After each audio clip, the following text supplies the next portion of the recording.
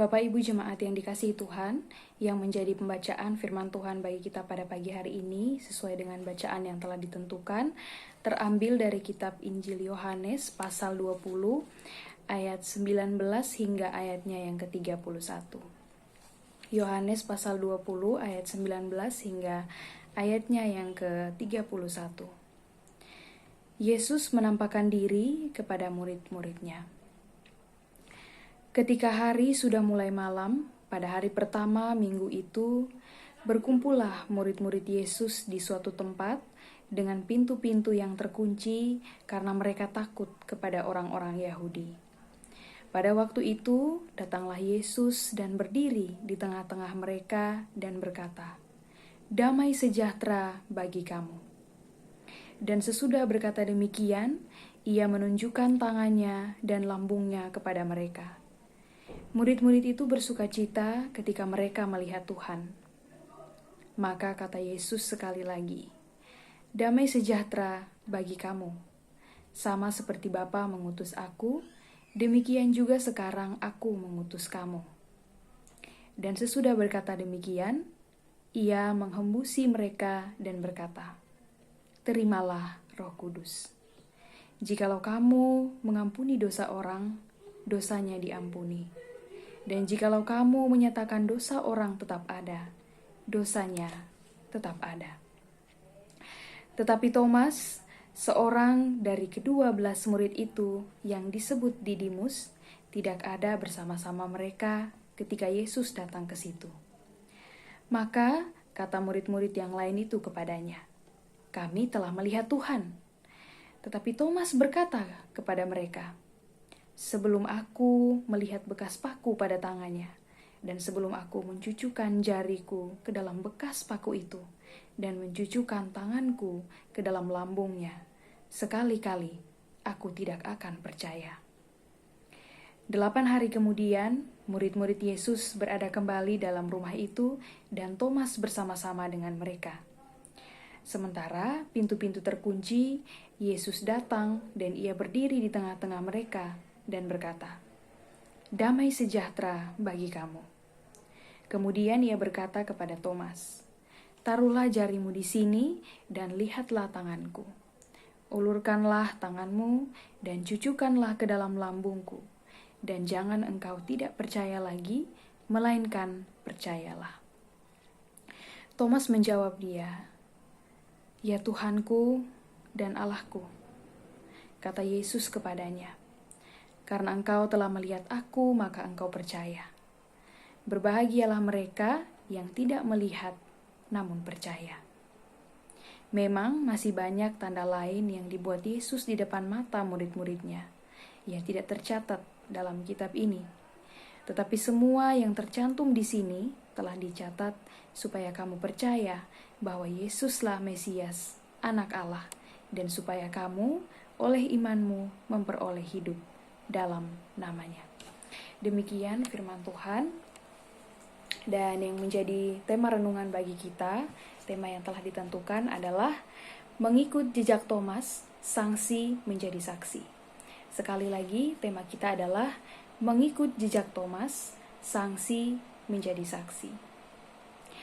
Bapak, Ibu, saudara-saudari yang dikasihi Tuhan, tahun ini adalah tahun ketiga saya berkuliah sebagai mahasiswa Fakultas Teologi. Saya sebelumnya tidak pernah membayangkan bahwa saya akan mengambil jalan ini. Memang ketika SMP saya sempat berpikir untuk menjadi seorang pendeta. Tetapi saya menyadari betul lambat laun bahwa menjadi seorang pendeta itu harus memiliki keterampilan berbicara. Sementara saya adalah seorang anak yang pendiam, saya juga hidup tidak terlalu banyak bergaul dengan orang, sehingga kualitas berbicara saya, kemampuan berkomunikasi saya tidak sempurna ketika saya berada bersama-sama dengan orang. Saya merasa ragu ketika saya bercita-cita menjadi seorang pendeta.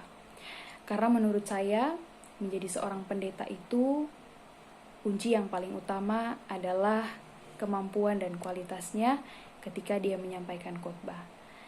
Saya tidak bisa membayangkan ketika saya harus menjadi seorang pendeta dengan kelemahan saya yang tidak bisa berbicara dan juga terlalu pendiam seperti ini. Akhirnya dengan keraguan saya berhenti mengharapkan untuk menjadi seorang pendeta. Namun seiring berjalannya waktu, teman-teman saya, terkhususnya teman-teman pelayanan saya, memberikan masukan dan mereka menyarankan bahwa sebenarnya saya itu cocok menjadi seorang pendeta.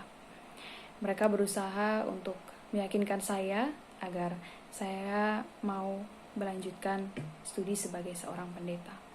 Hal ini menjadi perhatian bagi saya. Di lubuk hati saya yang paling dalam, saya ingin sekali untuk menjadi seorang pendeta.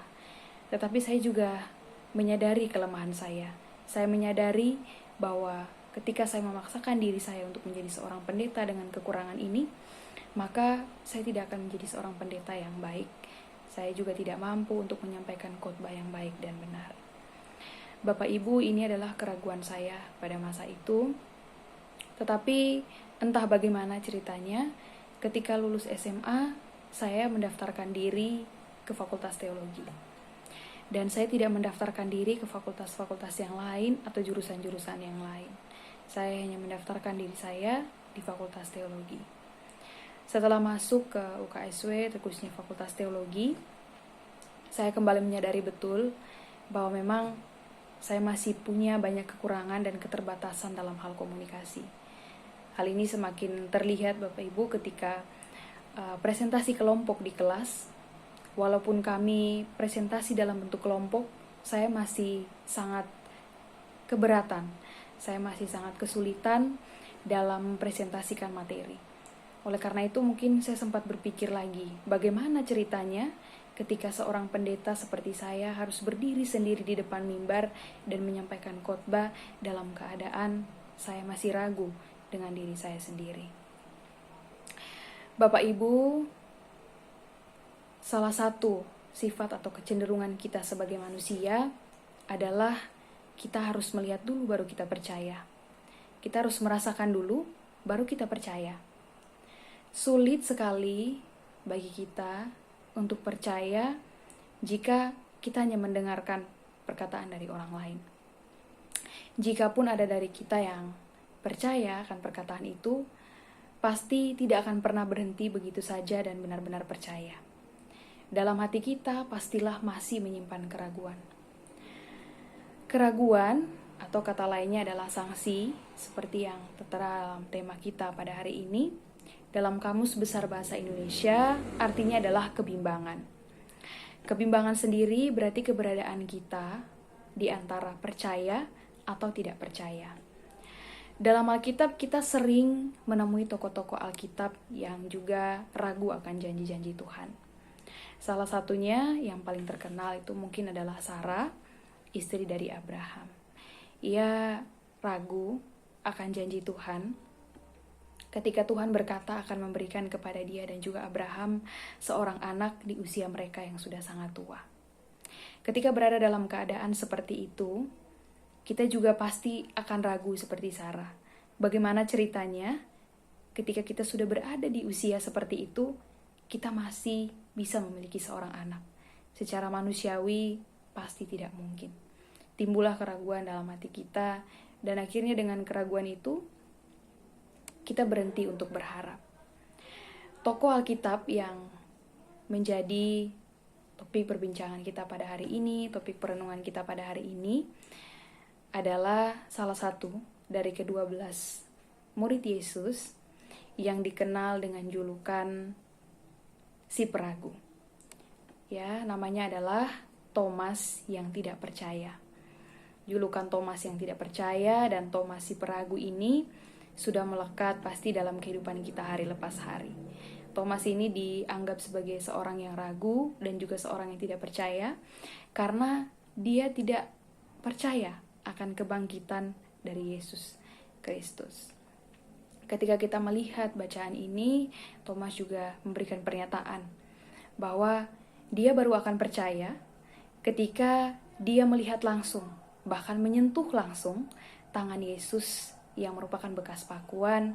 Kemudian dia juga mencucukkan langsung jarinya ke dalam lambung Yesus yang ditikam. Bapak Ibu, bacaan tentang Thomas ini pasti tidak asing lagi dalam kehidupan kita.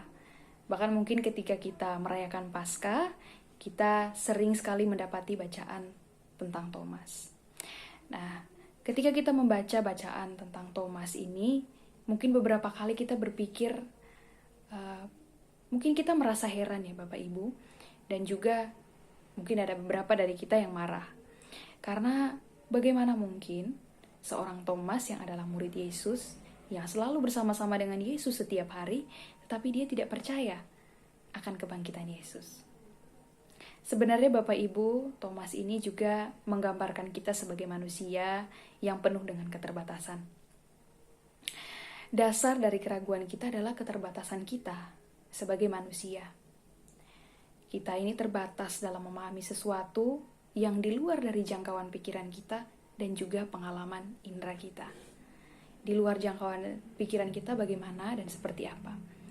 Kita bisa melihat bahwa kebangkitan itu bukanlah sesuatu hal yang bisa digambarkan, sesuatu hal yang mungkin terjadi. Nah, ketika kita berhadapan dengan situasi seperti yang Thomas alami, dia harus menyaksikan kebangkitan Yesus. Pertama-tama, mungkin dia merasa ragu. Apakah mungkin benar-benar Yesus sudah bangkit atau belum? Terlebih khusus dia mendengarkan pernyataan ini dari teman-teman yang juga pada saat itu sedang dalam keadaan takut dan bersembunyi seperti dia. Kemudian dia juga terbatas dalam pengalaman inderanya. Dia tidak melihat langsung, dia tidak mendengar langsung. Oleh karena itu, keraguan yang muncul dalam diri Thomas ditentukan karena dia merasa itu tidak mungkin dan juga dia tidak melihat langsung. Keraguan juga terkadang muncul bersamaan dengan rasa khawatir dan penuh tekanan. Kita bisa melihat Bapak Ibu bahwa Thomas dan murid-murid yang lain itu sedang dalam keadaan takut dan khawatir setelah kematian Yesus. Mendengar kabar tentang kebangkitan Yesus tentulah sesuatu yang tidak mungkin dan tidak bisa dipercaya oleh mereka yang tidak hadir saat Yesus menampakkan diri. Thomas bukanlah murid yang baru mengikuti Yesus. Thomas murid yang selalu bersama dengan Yesus semasa ia melayani dan berkarya. Namun, dalam kelemahan dan keterbatasan Thomas, masih merasakan keraguan. Bapak Ibu, mengubah perasaan ragu menjadi percaya bukanlah hal yang mudah. Terlebih ketika kita berada dalam situasi yang tidak baik-baik saja. Saat ini, mungkin di antara kita semua, baik saya maupun Bapak Ibu, saudara-saudari sekalian, sedang dalam keadaan ragu. Kita mungkin ragu akan kesehatan kita yang semakin menurun. Kita ragu akan ekonomi kita yang mungkin tidak stabil, atau keraguan-keraguan lain yang tidak kita sadari. Tetapi kita tidak sendiri. Tuhan melihat hati kita, melihat keraguan kita, dan pasti akan datang dan menampakkan kasih-Nya melalui banyak hal.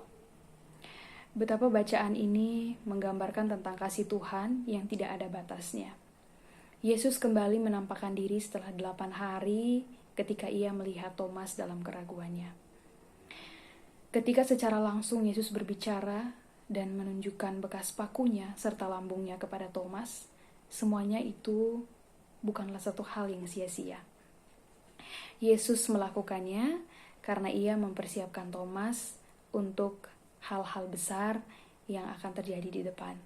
Terutama mempersiapkan Thomas untuk menjadi saksi akan kebangkitannya. Bapak Ibu, dalam bacaan ini kita telah mempelajari berbagai hal. Dan saya membuat beberapa poin untuk kita ingat kembali tentang bacaan yang kita baca pada hari ini.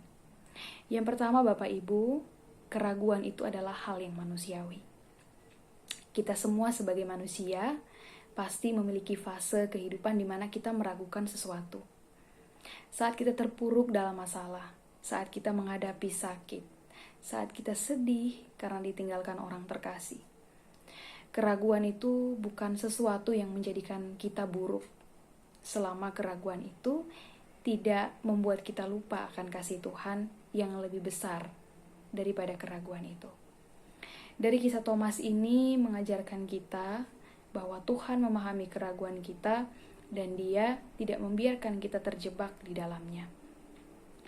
Kita adalah yang dikasihinya, sehingga ketika Ia melihat kita dalam keraguan dan Ia tidak bersama-sama dengan kita, Ia mengaruniakan Roh Kudus kepada kita, agar kita kembali berharap kepada Tuhan. Yang kedua, kita harus peka terhadap maksud Tuhan. Dalam keadaan ragu, terkadang Tuhan datang menampakkan diri melalui banyak cara. Mungkin tidak seperti Thomas yang didatangi secara langsung oleh Tuhan, tetapi melalui banyak hal, kita terkadang akan dapat menyaksikan kedatangan Tuhan ketika kita mengalami keraguan. Hal itu bisa saja karena merupakan dorongan dari Roh Kudus dan juga keinginan dari hati kita untuk mendekatkan diri kepada Tuhan. Ketika kita ragu, namun kita berharap kepada Tuhan, Roh Kudus pasti akan memampukan kita. Itulah mengapa ketika Yesus mau menyerahkan dirinya, mati dan berkorban bagi kita. Dia mengasihi kita, walaupun sekarang Dia tidak bersama-sama dengan kita, tetapi kasih-Nya tetap menaungi kita. Dan oleh karena itu, ketika ragu, kita harus kembali datang dan mencari Dia. Seperti Thomas, ketika dia mendengar pernyataan dari teman-temannya bahwa Yesus telah bangkit, dia selalu berkumpul bersama-sama dengan teman-temannya, sehingga di hari ke-8, setelah dia mendengarkan kabar itu, Tuhan datang dan menampakkan diri kembali kepadanya secara pribadi. Yang ketiga adalah untuk menjadi saksi, kita harus mengalami sendiri. Bapak Ibu, ini menjadi penting karena kesaksian yang berasal dari diri kita sendiri, dari bagaimana kita merasakan kuasa Tuhan, itu lebih besar kuasanya daripada ketika kita menceritakan pengalaman-pengalaman orang lain ketika bertemu dengan Tuhan di masa-masa ragunya. Pengalaman kita adalah merupakan transformasi dari keraguan menjadi percaya. Kita semua memiliki kisah yang indah bersama Tuhan dan akan menjadi kesaksian akan kebangkitan Tuhan. Thomas menjadi saksi Tuhan yang luar biasa setelah ia melihat sendiri kebangkitan Tuhan. Pernyataannya yang berbunyi, "Ya Tuhanku dan Allahku," itu bukanlah suatu ucapan yang sederhana, tetapi itu berisi berbagai perasaan Thomas. Perasaan menyesal ketika dia tidak percaya sejak awal, perasaan terharu karena bertemu dengan Tuhan, perasaan teguh karena Tuhan bangkit dan memberikan mereka kekuatan baru setelah mengalami ketakutan mereka ditinggalkan oleh Tuhan. Ketika kita mengalami sendiri bagaimana Tuhan baik dalam kehidupan kita, bagaimana Tuhan menuntun kita dalam keraguan kita, kita akan menjadi saksi yang lebih baik dalam menceritakan kebaikan-kebaikan Tuhan, terutama tentang kebangkitan Tuhan. Yang keempat adalah belajar untuk percaya, bahkan ketika kita tidak melihat. Kita hidup di zaman yang jauh dari kehadiran Tuhan secara fisik. Tetapi sebelum itu, Tuhan Yesus sudah memberitahukan kepada kita bahwa berbahagialah mereka yang tidak melihat namun percaya. Kita juga telah diperlengkapi untuk menjadi saksi seperti Thomas dan murid-murid yang lain. Inilah panggilan bagi kita semua orang Kristen. Oleh karena itu, seperti yang tertulis di ayat yang ke-21 bacaan kita pada hari ini, "Damai sejahtera bagi kamu, seperti Bapa mengutus aku, demikianlah aku mengutus kamu." Saat kita tidak lagi melihat Tuhan secara fisik, iman kitalah yang menyelamatkan kita. Karena seperti yang dikatakan dalam Ibrani 11 ayat 1, iman adalah dasar dari segala sesuatu yang kita harapkan dan bukti dari segala sesuatu yang kita lihat. Supaya kita oleh iman memperoleh hidup dalam namanya. Bapak, Ibu, saudara-saudari yang dikasihi Tuhan, kemarin, saat ini, atau mungkin besok, kita pasti akan selalu menemui keraguan-keraguan. Keraguan akan diri kita sendiri, keraguan akan orang lain, terutama kita meragukan janji Tuhan. Tetapi kita diundang untuk mengikuti jejak Thomas. Biarlah Kristus mengubah keraguan kita menjadi kesaksian yang membawa kabar sukacita, kebangkitan, yang adalah kebaikan Tuhan kepada kita dalam dunia ini. Hal paling sederhana mungkin yang bisa kita lakukan dalam kehidupan kita hari lepas hari sebagai saksi-saksi dari kebangkitan Tuhan adalah dengan memberikan cerita-cerita kehidupan kita, berbagi kepada sesama kita mengenai kebaikan-kebaikan Tuhan. Seperti yang saya lakukan di bagian awal tadi ketika saya menceritakan bagaimana keterbatasan saya sebagai manusia yang akhirnya menimbulkan keraguan dalam hati saya, meragukan kuasa Tuhan. Padahal itu bukanlah suatu hal yang baik, karena kita sudah hidup bersama-sama dan mengenal Tuhan sejauh ini. Kita merayakan Paskah, dan sebelum merayakan Paskah, kita juga merenungkan pengorbanan Kristus. Oleh karena kita sudah mengenal Kristus begitu lama, bukan berarti kita tidak meragukan. Tetapi Bapak Ibu, sebagai umat manusia, keraguan itu hal yang manusiawi. Dengan keraguan yang kita miliki, biarlah harapan yang ada dalam hati kita bisa menggerakkan kita untuk kemudian merasakan kasih dan kebaikan Tuhan. Setelah kita merasakan kasih dan kebaikan Tuhan dalam kehidupan kita, marilah kita menjadi saksi-saksi Tuhan yang hidup. Dari keraguan-keraguan kita menjadi saksi-saksi yang kuat menghadapi dunia ini. Tetap berdiri teguh memberitakan tentang kebangkitan Tuhan kepada semua orang. Kiranya Tuhan memampukan kita dan memberkati kita. Amin.